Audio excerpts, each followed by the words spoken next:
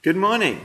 In this week's parasha of Vayeitzei, Yaakov Avinu gets married to Rachel and Leah, and he begins to have children. And whilst Rachel is initially barren, Leah has children from the beginning of their marriage. She has her first son Reuven, she has her second son Shimon, her third son Levi, her fourth son Yehuda, and then for quite a while she has no other children. In fact, the Torah tells us, Ta'amod miledet, she stopped having children. And so she went through a period of, after having 4 children in quick succession, she went through a period of infertility. Why was that? Well, Rabbi Baruch Halevi Epstein has a fascinating insight based on the flow of the verses before.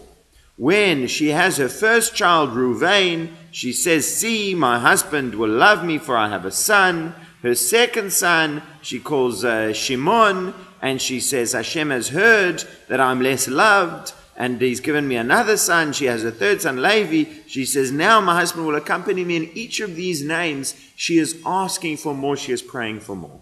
And when she has her fourth son, V'tahar od v'tailed bein, she fell pregnant again. She had another son. V'tomer hapa'am odeh et Hashem. This time, I will thank Hashem.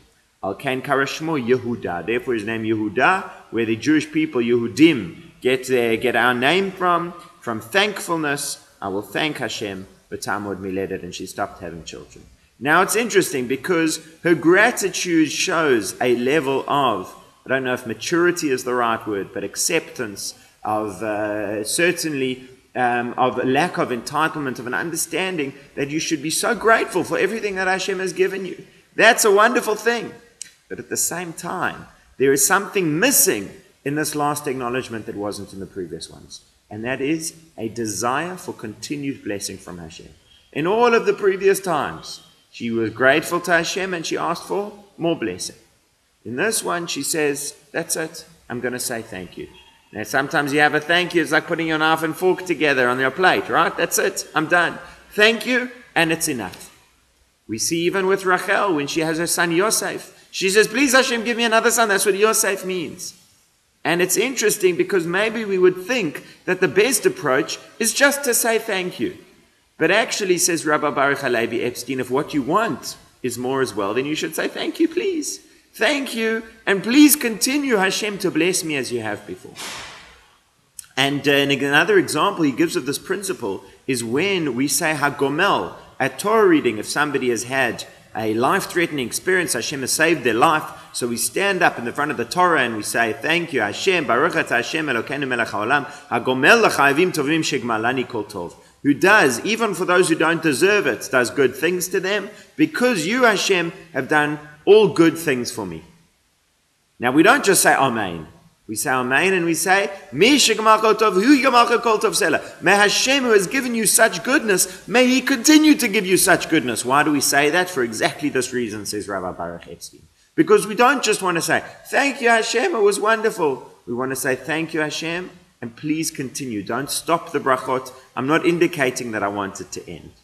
Why is this so important that you have to express your desire for it? So Rabbi David Aaron explains, he's got a Kabbalistic idea about will, about willpower, about desire. He says our will is the vessel that holds our brachot. Hashem always wants to give us blessing, but it only fits within our desire for blessing.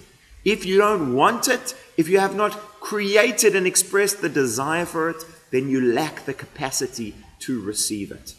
If you nebulously kind of think of wanting peace, that nebulous desire does not have the ability to hold peace within it. When you truly feel and express a longing for peace, that becomes the container in which peace can rest.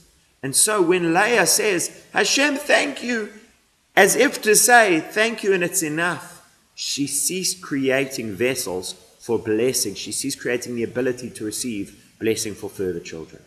When Rachel says, Hashem, thank you and please give me another one, she kept that ability to receive open. And so, when we say thank you to Hashem, it's not a question of entitlement, we're not demanding. But if you want the bracha, express that desire, express that will. Thank you, Hashem, and please continue to do goodness to me. Shabbat Shalom.